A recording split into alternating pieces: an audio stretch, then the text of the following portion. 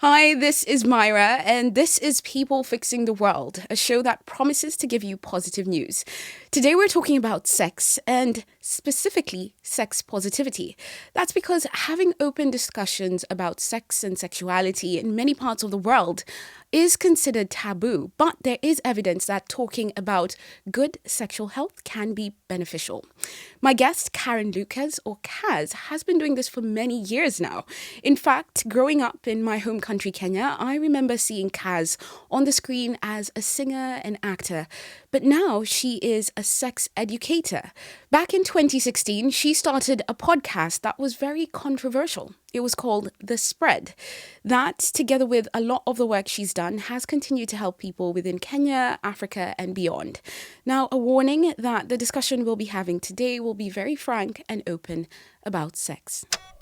People fixing the world. Karen, I know I've given you just a very brief intro because you do so much, but why don't you go ahead and tell us, who is Kaz? Yeah, all of those. I started off my career when I was quite young. I must have been about 14, where I went into the music industry, and I've been acting on stage as well as for film and TV. And I went into television presenting and podcast hosting, and then the evolution of just wanting to be in the forefront of things. Now you are kind of talking about sex positivity, which we will get into, but how did that the early years of your life, how did that kind of play a part in what you're doing today? Well, as much as the home that I grew up in was liberal, there are still very many things that we didn't speak about. Like, sex was actually something that came up, I think, for the first time when I was 11. And again, the liberalness around the home made sex very comedic. It was a joke. And my dad used to hang out with his golf buddies and tell dirty jokes and tell me Yeah. to close my ears. I think having the sort of like opportunity to be in the presence of this comedy, so to speak, allowed for me to be more vocal and more open about things that were kind of taboo. And so because of that, I had a lot of people come to me with questions for whatever reason and come to me to tell their stories because they didn't have those opportunities at home. And it just all felt like, oh my gosh, she's so like left field. Like, Yeah, let's go talk yeah. to her. She's the one. And then also in the same breath, I had experiences of abuse as a child. And I understand how those experiences of abuse shaped my young adulthood and my teenagehood and how I related to people of different genders and how I feel like there was many times where I put myself in situations that were not safe. Mm. And then having gone through therapy and understanding the reason for the decisions that I made earlier on in my life, and then feeling like, wow, if more people knew this, then more people would understand that there are different ways to handle situations in their lives, be it like sexual violence, but also like on the other end of the spectrum, understand pleasure and understand their bodies and understand boundaries. And so that's actually what led me to this point right now. So, Okay. Kaz, there are many people who will be listening to this who don't have that Kenyan context about what it means kind of growing up. You've mentioned a bit about your parents and how that looks like, but just explain what it means to grow up, within Kenya, even within Africa, and just not being able to talk about sex. For example, I remember kind of growing up in the church that the one message we had was, you're too close to boys, you'll get pregnant. So don't get pregnant, right? That was it. What's that Yeah. context? Tell us a bit more about, just society in Kenya and what that looks like. Kenya is a deeply religious country in multi-religious country. And the way in which people are raised is, like you said, your experience with don't even breathe around the opposite sex, Yeah. otherwise pregnancy, HIV. Mm-hmm. And I don't know if you had the experience of a Kenyan school, because if you have a little bit of a memory of what sex education was, which was just basically you're put in a room and you're shown videos of Yeah. like uh, genital warts and syphilis Yeah. and like you It's know, just putting just the, kind of with that the religious context, fear the fear of of God God in you. in Yeah, you. exactly. Yeah. Yes. And so it's fear-based education, which is the opposite of what sex positivity is, because that's exactly what sex negativity is, right? Mm, And so it just feels like there are better ways or better places to come from when you're exploring something as deep and as vulnerable as sexuality.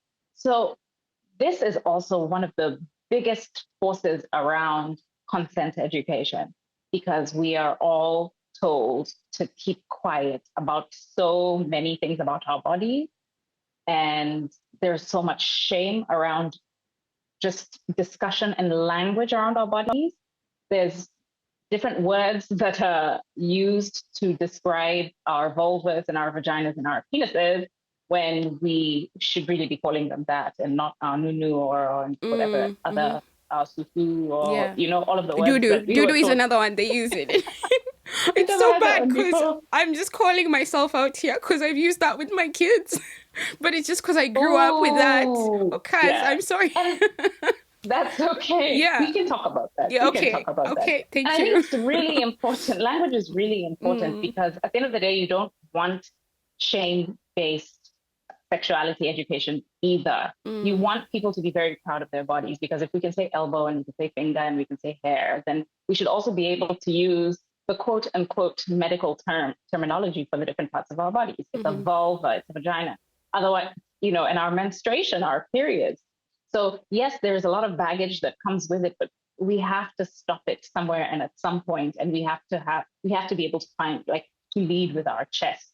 Mm, I understand the difficulty. I understand the history. I understand the cultural backgrounds, but it needs to stop somewhere in order for us to lead healthier lives, to reduce. I mean, we're constantly talking about end violence KE. And these are some of the reasons why these things are happening, is because there's no education, because there's no sensitivity, because yeah. nobody is taking the initiative so much. You've just talked about doing something about it. So, Kaz, what did you do? What did you start and what's it all about? Around 2016, uh, I started a podcast called The Spread. And initially, it began with the fact that I grew up in a space where people were constantly coming to me about their sexual conversations or their things that they were dealing with or relationship issues. And then I was like, actually, why don't we just create this into a place where people can speak openly and speak and feel safe around the conversations, and at the same time have a platform where we can educate folks, right? Mm-hmm. And that's where the spread began. Initially, just like, oh, fun, let's talk about sex. Yeah. And then it was like, oh, actually, let's talk about sex, Like, it's more important. It started off as fun, but then it's more important. There's so much more education that goes into the foundations of having conversations about sex. You can't just be out here telling, which is how I started giving people my opinion. But then after a Auntie while, it was Kaz. like, Do you remember yes, yes, these yes, newspaper the type of column. like columns where people would send in their problems and someone would give you I think advice? they're still there. Are I think they? those are Okay. still there. I Okay, think so so. that But you was see, you. we don't buy the papers. Just kind of looking at the podcast, right? When you started, you were talking about stuff like sexual rights, celibacy, but over time, the conversations have really become bold and racy. I'm seeing stuff like butt stuff, loud, clear, queer, and religion in the bedroom. Just, having these discussions in that African context that we've painted, where stuff is considered to either be taboo or in some ways illegal. How do you navigate that? There was a little bit of fear in the beginning when I started podcasting around giving things the boldness that they deserve, right? Mm-hmm. And then I did use a few of those titles as like clickbait, but also that is exactly what we were speaking about. And I can understand how some of these conversations are about things that are illegal in many countries across the continent.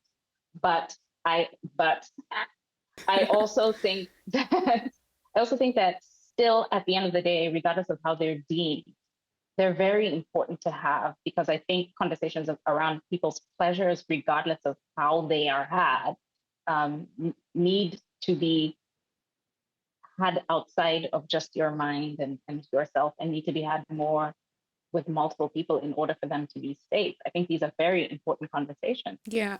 I remember when I listened in the beginning, I would kind of hide myself when I was listening because there was just this thing going around that this is a very these people are out there and they're discussing something that you never really hear or see, within that Kenyan media space. And again, we had no idea what a podcast really was. But now your listeners, Kaz, what were they saying? What was the feedback from them? There was so many beautiful comments like, this is what we need. I'm learning so much from this. Just all of the things that was the reason I was doing what I was doing at the time. And so like trying to outweigh the good and the bad, it's difficult because the people who don't have nice things to say are always the loudest and they're the most. And then there's so many people who are listening and not saying anything because they don't want to be seen in the comment section because somebody else will see them. I've been in my comment section before where somebody commented and then somebody commented underneath that and said, oh, you mean you're here? Mm-hmm. You know what I mean? So Mm-hmm. people listen and then they don't share amongst themselves. But then also there's people who listen and I've heard people say that they have girls' night so that they can just listen to the podcast and then have conversations around that. And that's what I live for. I'm like, that's what it's about. It's about learning more about yourselves. So that started 2016, the spread. How has that grown since then? What more are you doing to just help people understand more about sex and consent? So we found that the different social media platforms were really helpful with regards to education. And the evolution of the audio podcast turned into visual content on YouTube. And I was like, okay, I think I need to take people back to the beginning and we need to have like discussions about sexuality, like from the beginning, like ABCs. And that's when I came up with the idea to create a series called the Sex ABCs with Kaz. And it just begins with like asexuality. Let's talk about what that is. B, let's talk about binary. What does that mean? Mm-hmm. And so on and so forth. And my deep-rooted need around this has been, how do we get this into school? How do we get to having ABC conversations with teachers and then age-appropriate sexuality education in schools? And I've always wanted to be in curriculum development, which is now the space that I'm at. So Kaz, I'm Kenyan, right? And I already can see changes in the country. One that I think stood out for me when I was still there was the fact that a group of ladies organized pole dancing classes in Kisumu, where I lived, and actually being able to attend that and see that. And this is a bit of like, the stuff you do on your social platform. But now that's what I've seen, right? What have you seen? What kind of changes have been happening in the country, since you started doing this? There's been so many organizations that have been formed around sexuality, different sexualities, gender identities, the trans folks, the intersex community, and by the day, there's a growing community and events that are happening around the country celebrating these different aspects of sexuality. And this is how we know that things are changing in the country, because it's not just happening in Nairobi, it's happening everywhere. There's people organizing in Mombasa and Kisumu and Eldoret. It's so beautiful to see. Whereas before, there was nothing to see. We had the Spread Fest in 2019, and we had 600 people. So that was also a show for us that this is something that needs to continue to be done.